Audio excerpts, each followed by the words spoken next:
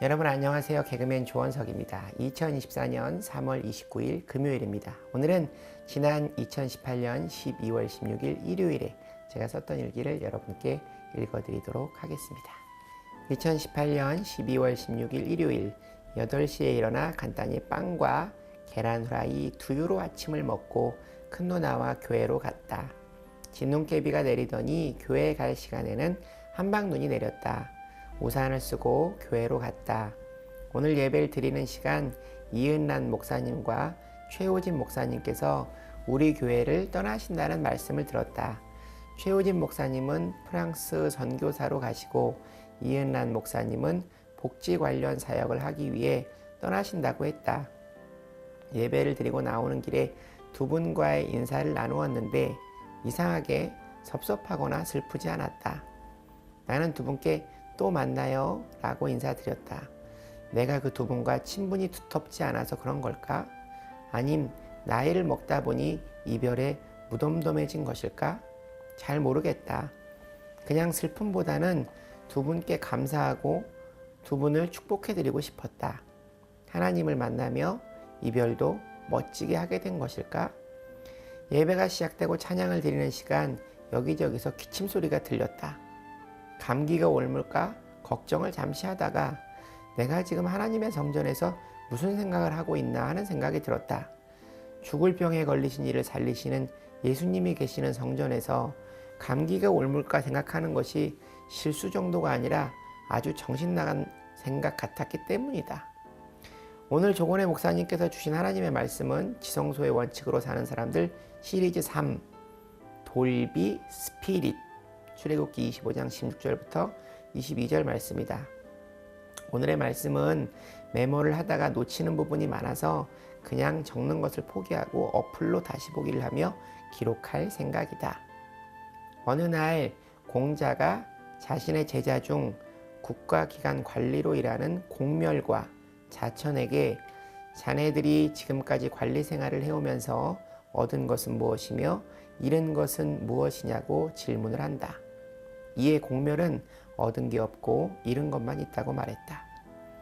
공무에 쫓겨 책을 볼 시간도 없었고 월급이 적어 식구들을 먹여 살리기도 힘들었고 시간에 쫓겨 친구도 만날 시간이 없어서 친구도 잃었다고 말했다. 그러나 자천이라는 제자는 이와 반대로 이야기했다. 스승님, 저는 잃은 것이 없고 얻은 것만 있습니다. 관리 생활로 배운 걸 실천할 수 있었고 봉급은 적었지만 식구들과 먹고 살 수 있었고 공무에 바빴지만 새로운 사람을 만날 수 있었고 간혹 옛날 친구도 만나서 교제했습니다. 공자가 자천에게 그가 군자이며 또 나라에 그 같은 인물이 있음을 복이라고 그를 칭찬했다. 공멸과 자천은 어떤 차이가 있는 것일까? 그것은 사랑이다. 이 일을 일로서만 하는 사람이 있지만 이 일을 사랑으로 하는 사람이 있다. 사랑으로 섬기겠다는 마음으로 사는 사람과 그렇지 않은 사람의 삶은 질과 내용이 다르다는 것이다. 간호사가 환자를 돌보는 것은 일이지만 만약 자신이 돌보던 남자 환자와 사랑에 빠진다면 그것은 일이 아니라 사랑의 놀이가 되는 것이다. 우리는 일상생활에서 억지와 매너리즘에 빠지는 이유가 무엇일까? 사랑이 식었기 때문이다. 할머니가 무거운 손주를 안아주며 버겁다고 느끼지 못하는 이유는 바로 사랑 때문이다. 사랑으로 하는 일은 피곤하지 않다. 교회 사역을 하면서 매너리즘에 빠지는 이유는 하나님의 깊은 사랑을 체험하지 못했던지 아니면 그 사랑이 식어가던지 둘 중에 하나이다. 유명한 스위스의 신학자 칼바르트라는 사람이 미국에 방문했을 때 기자들이 그에게 질문한다. 평생 동안 연구한 신학을 통해 발견한 위대한 발견이 무엇인지. 그는 이 질문에 간단히 대답했다. 하나님은 나를 사랑하셨습니다. 성경에 그것이 기록되어 있다는 사실이 내가 발견한 가장 놀라운 사실입니다. 그러면서 나지막히 찬송 563장 나의 사랑하심, 나의 사랑하심, 나의 사랑하심 성경에 써있네. 구약의 39장, 신약의 27장, 합의 66장의 말씀을 요약하면 요한복음 3장 16절 말씀이 된다. 하나님이 세상을 이처럼 사랑하사 독생자를 주셨으니 이는 그를 믿는 자마다 멸망하지 않고 영생을 얻게 하려 하심이라. 한마디로 말하면 하나님의 사랑을 말해주는 것이다. 따라서 신앙의 핵심은 독생자 예수님을 통해 우리를 먼저 사랑하신 하나님을 우리가 얼마나 사랑하며 살아가느냐 하는 것이다. 요한일서 4장 19절 말씀, 우리가 사랑함은 그가 먼저 우리를 사랑하셨음이라. 우리의 신앙은 하나님과의 사랑의 관계로부터 출발하고 신앙의 깊이는 하나님과의 사랑의 깊이가 깊어지는 것이며 친밀감의 깊이가 성숙한 신앙으로 이어지고 어떤 계명조차도 즐거움으로 순종할 수 있는 마음이 생겨나는 것이다. 오늘 본문에서 하나님께서 법궤 안에 넣으라고 하신 돌비는 시내산에서 주신 10계명의 돌판을 넣으라고 하시는 말씀이다. 이 돌비석이 우리에게 주는 스피릿, 가로 열고 정신, 가로 닫고는 두 가지로 요약하면 하나님 사랑과 이웃 사랑이다. 첫 번째 돌비석의 1계명부터 4계명은 하나님을 존중하고 하나님을 사랑하며 하나님을 예배하는 계명이고, 두 번째 돌비석의 5계명부터 10계명까지는 인간에 대한 사랑으로 부모와 형제, 이웃을 사랑하라는 계명이다. 그렇다면 이 두 가지를 요약하면 하나님은 예배하고 사람은 존대하겠습니다가 된다. 이와 같은 정신, 가로 열고 스피릿은 가로 닫고는 이미 십자가에 나타나 있다. 수직적인 하나님과 나와의 사랑의 관계, 그리고 수평의 관계는 나와 이웃 간의 사랑의 관계를 나타낸다. 예수님은 이 수평과 수직의 관계를 마태복음 22장에서 말씀하신 적이 있다. 마태복음 22장 36절 말씀에 젊은 율법사가 나타나 예수님께 질문한다. 마태복음 22장 36절 말씀, 선생님, 율법 중에서 어느 계명이 크니이까? 그때 예수님께서 성경 전체를 요약하고 10계명을 요약하는 말씀을 주신다. 예수께서 이르시되 네 마음을 다하고 목숨을 다하고 뜻을 다하여 주 너의 하나님을 사랑하라 하셨으니 이것이 크고 첫째 되는 계명이요 둘째도 그와 같으니 네 이웃을 네 자신같이 사랑하라 하셨으니 이 두 계명이 온 율법과 선지자의 강령이니라. 결국 하나님 사랑과 이웃 사랑이 가장 중요한 것이다. 그러나 오늘날 우리는 입술로는 하나님 사랑합니다 라고 말하지만 실제로는 세상의 것들을 더 사랑하며 살고 있다.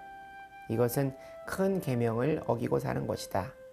하나님께서는 창세기 22장 말씀에서 믿음의 조상 아브라함에게 100세가 되어 얻은 아들 이삭을 모리아산에서 번제로 바치라는 시험을 하신다. 창세기 22장 2절 말씀, 여호와가 이르시되 내 아들 내 사랑하는 독자 이삭을 데리고 모리아 땅으로 가서 내가 내게 일러준 한 산 거기서 그를 번제로 드리라. 구약 신학자 폰 라드라는 사람은 아브라함의 생애는 떠남의 생애다라고 말했다. 창세기 12장에서 아브라함을 집에서 떠나게 하신 사건이 있었고, 위의 사건은 아브라함의 미래를 떠나보내는 전적으로 자신의 미래를 하나님께 위탁하는 믿음의 사건이었다. 오늘날 우상은 하나님보다 더 높이고 사랑하는 것이 우상이다. 하나님께서는 아브라함의 아들 이삭을 원하시는 것이 아니라 이삭이 아닌 하나님을 선택하는 아브라함의 마음이 필요하셨던 것이다. 자신을 철저히 죽임으로 순종하는 그 마음을 원하셨던 것이다. 하나님보다 더 좋아하는 것을 버리는 하나님의 시험이었다. 인간적인 에로스의 사랑과 하나님을 향한 아가페의 사랑의 대결에서 아가페 사랑이 이길 수 있느냐를 묻는 시험이었다.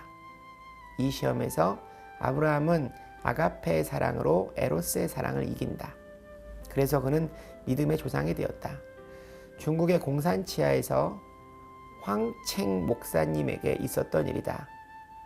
이분이 체포가 되어 고문을 당하고 감옥에 있는데 그는 신앙을 저버리지 않고 믿는 형제들이 있는 곳을 말하라고 해도 말하지 않자 어린 아들을 거꾸로 매달아 놓고 고문을 하는 것을 황책 목사에게 보여준다. 그는 자신의 고문과 순교는 견딜 수 있었지만 아들을 지켜보는 일은 너무나 힘들었다. 그때 공산주의자가 말한다. 네가 믿음을 저버리고 믿는 형제들이 있는 곳을 알려주면 아들을 놓아주겠다. 그는 눈을 감고 기도한다. 독생자 이삭을 아브라함에게 번제물로 바치라 하신 하나님, 독생자 예수님을 십자가의 제물로 바치신 하나님, 이 종에게 긍휼을 베풀어 주시옵소서. 그리고 아들에게 어떻게 하길 원하냐고 묻자 어린 아들은 이렇게 말한다. 아버지, 나는 아버지가 아들 때문에 예수님을 부인했다는 말을 들으며 살고 싶지가 않습니다. 만일 아버지가 주님을 배반한다면 그 순간 나는 아버지의 아들이 아닐 것입니다. 그리고 그 아들이 기도한다. 하나님, 우리 아버지에게 아브라함의 믿음을 주시옵소서. 그리고 그 아들은 눈을 감고 하늘나라로 갔다. 예수님께서 마태복음 10장 37절에서 이렇게 말씀하신다. 아버지나 어머니를 나보다 더 사랑하는 자는 내게 합당하지 아니하고 아들이나 딸을 나보다 더 사랑하는 자도 내게 합당하지 아니하며. 이것은 가족을 사랑하지 말라는 말씀이 아니라 가족과 하나님 둘 중에 누구를 사랑하냐는 우선순위를 말씀하시는 것이다. 내가 하나님보다 더 사랑하는 우상은 무엇인가? 하나님보다 더 사랑하는 그것을 하나님 앞에 바쳐야 한다. 중요한 것은 그것을 가져가 버리시는 하나님이 아니라 그 거룩한 결단을 내리는 신앙인들에게 더 좋은 것을 준비해 주시는 하나님이시다. 아멘. 출애굽기 13장 신앙의 오리엔테이션 성부, 성자, 성령 세 하나님에 대해서 성부 하나님은 으뜸을 드려라. 성자 예수님은 무교병을 먹어라. 즉 죄 없는 순결한 삶을 살라. 그리고 성령 하나님은 구름기둥, 불기둥을 따라가자. 즉 성령의 인도하심을 받아라. 그중 성부 하나님에게 으뜸을 드리라고 하는 것은 네 가지로 적용할 수 있다. 첫 번째, 주간의 으뜸, 주일 성수를 하라. 두 번째, 시간의 으뜸, 새벽 기도를 하라. 세 번째, 물질의 으뜸, 11조를 드리라. 네 번째, 내 몸의 으뜸, 몸된 교회를 위해 봉사를 하라. 이렇게 으뜸을 드릴 때 하나님은 우리에게 다가오신다. 마태복음 6장 33절 말씀, 너희는 먼저 그의 나라와 그의 의를 구하라. 그리하면 이 모든 것을 더하시리라. 아멘. 위에서 봤던 마태복음 22장 37절 말씀, 네 마음을 다하고 목숨을 다하고 뜻을 다하여 주 너의 하나님을 사랑하라. 이 말씀에 반복되는 단어가 있다. 다하고 다하고 다하여 점점점. 영어 단어로는 with all로 바꿀 수 있다. 영어 성경으로는 love the Lord your with all your heart and with all your soul and with all your mind. 부분적인 것이 아니라 하나님께 당신의 독생자 예수님을 산 제물로 우리를 위해 모든 것을 주신 것처럼 하나님도 올인하셨으니 우리도 올인해야 한다. 오직 하나님만 섬기고 하나님만 의지하라는 것이다. 과연 우리는 하나님께 올인하고 있는가? 하나님과 세상을 동시에 섬긴다면 그것은 영적인 간음이며 영적인 바람둥이라고 말할 수 있다. 바람둥이는 자기 아내를 사랑하지 않는 사람이 아니다. 자기 아내도 사랑하고 남의 아내도 사랑하는 사람, 이런 사람이 바람둥이다. 영적인 바람둥이 신앙이 아니라 마음을 다하고 목숨을 다하여 뜻을 다하여 주 너의 하나님을 사랑하라. 바로 이것이 첫 번째 돌비석의 스피릿 가로 열고 정신 가로 닫고이다. 두 번째 돌비석의 스피릿 가로 열고 정신 가로 닫고는 이웃을 사랑하라이다. 마태복음 22장 38절 말씀에서 네 이웃을 네 자신같이 사랑하라. 수직적으로 하나님을 사랑하고 수평적으로 사람을 사랑하라는 것이 십계명의 핵심이다. 이것이 균형 잡힌 신앙의 삶이다. 우리는 하나님과 사랑의 관계만큼 사람의 관계에 신경을 쓰지 못했다. 열심히 모여 열심히 예배하고 열심히 싸웠다. 어떤 사람이 버스에서 싸우는 사람들에게 내리며 그만들 싸워, 여기가 교회인 줄 알아? 하고 내리는 일이 있었다고 한다. 이웃의 사랑이 하나님과의 사랑과 동일해야 함을 말씀하신 말씀이 있다. 마태복음 5장 23절 24절 말씀. 그러므로 예물을 제단에 드리려다가 거기서 네 형제에게 원망 들을 만한 일이 있는 것이 생각나거든 예물을 제단 앞에 두고 먼저 가서 형제와 화목하고 그 후에 와서 예물을 드리라. 이 말씀을 통해 하나님께 드리는 봉사와 헌금도 이웃과의 관계가 좋지 못하면 하나님께 연락되지 못한다는 말씀을 주신다. 어느 심리학자에 따르면 사람이 성숙하게 된다는 것은 자신의 쓰는 용어에서 나 중심에서 너 중심으로 바뀔 때, 거기서 더 발전하면 우리의 의식을 가지고 성숙해 간다고 말했다. 즉, 정신건강이 좋은 사람은 나라는 1인칭 대명사를 별로 쓰지 않는다는 것이다. 오히려 우리라는 표현을 하고 신앙이 깊은 사람은 하나님이 주어가 된다. 1940년대 미국의 언어학자가 당시 권력자들의 연설문을 조사한 바에 의하면 히틀러는 55단어마다 I, 나라는 단어가 들어가고 이태리의 무솔리니는 83단어 중에 I라는 한 단어가 들어가고 미국의 루즈벨트 대통령은 100단어 중에 I라는 단어가 들어가고 영국의 체인벌린 수상은 294마디에 I라는 단어가 하나 들어갔다고 한다. 그 사람이 하는 말을 보면 나 중심의 사람인지 타인 중심의 사람인지 하나님 중심의 사람인지 알 수 있다. 누가복음 10장 말씀을 보면 주님께서 선한 사마리아인에 비유하시는 말씀이 나온다. 청년 율법사가 와서 질문을 한 것에 대한 대답으로 이 선한 사마리아인에게 비유하며 주님께서 이런 질문을 뒤에 가서 하신다. 누가복음 10장 36절 말씀. 네 생각에는 이 세 사람 중에 누가 강도 만난 자의 이웃이 되겠느냐? 제사장, 레위, 선한 사마리아인 중에. 애당초 율법사는 29절 말씀에서 내 이웃이 누구입니까? 라고 묻고 있다. 자기를 중심으로 이웃을 찾고 있다. 그런데 예수님께서는 선한 사마리아인의 비유를 통해서 내 이웃이 누구냐가 아니라 강도 만난 사람의 이웃이 누구냐고 말씀하신다. 선한 사마리아인의 행동은 아래와 같다.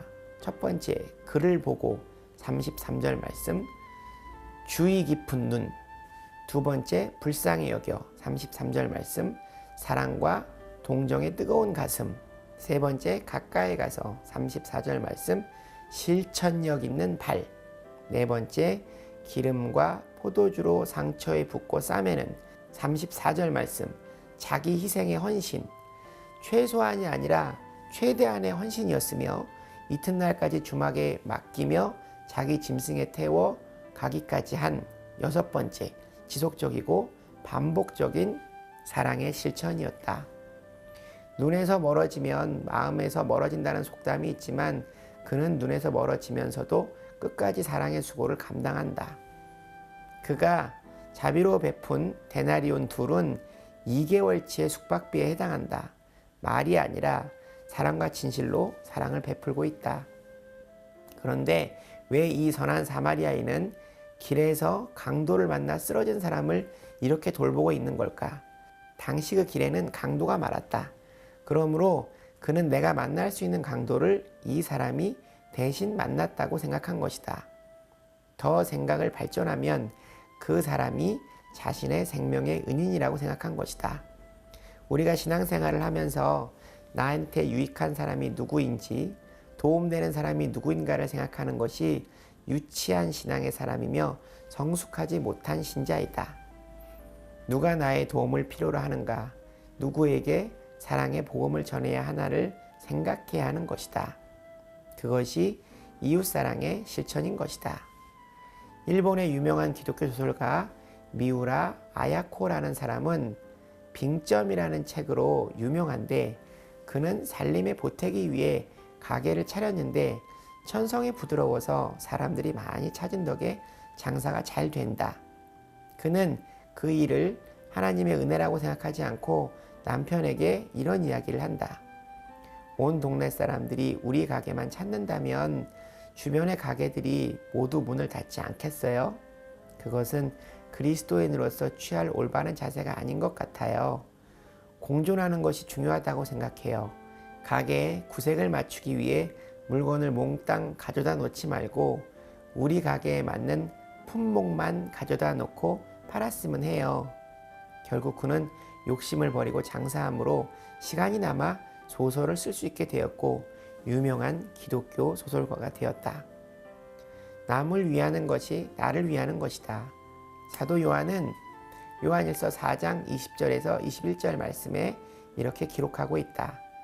누구든지 하나님을 사랑하노라 하고 그 형제를 미워하면 이는 거짓말하는 자니, 보는 바 그 형제를 사랑하지 아니하는 자는 보지 못하는 바 하나님을 사랑할 수 없느니라.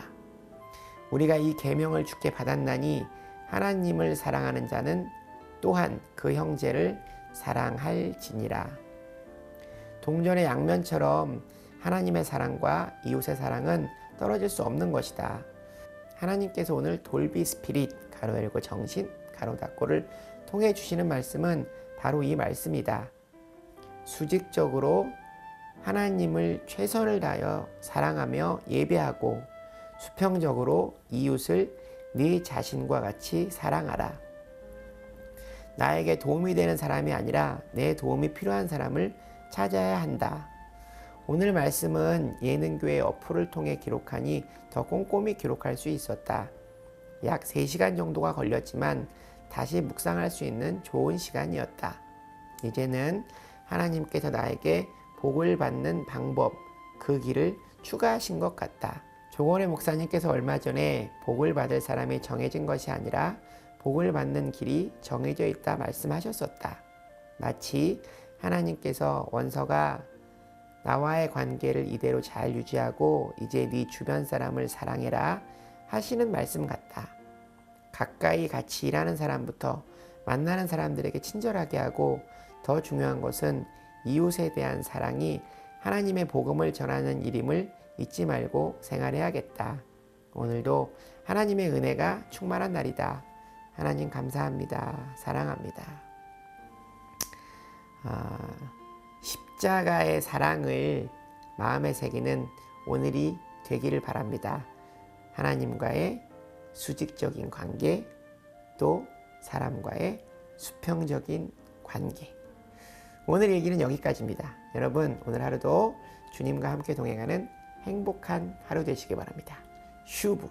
여러분, 주님께 돌아오십시오.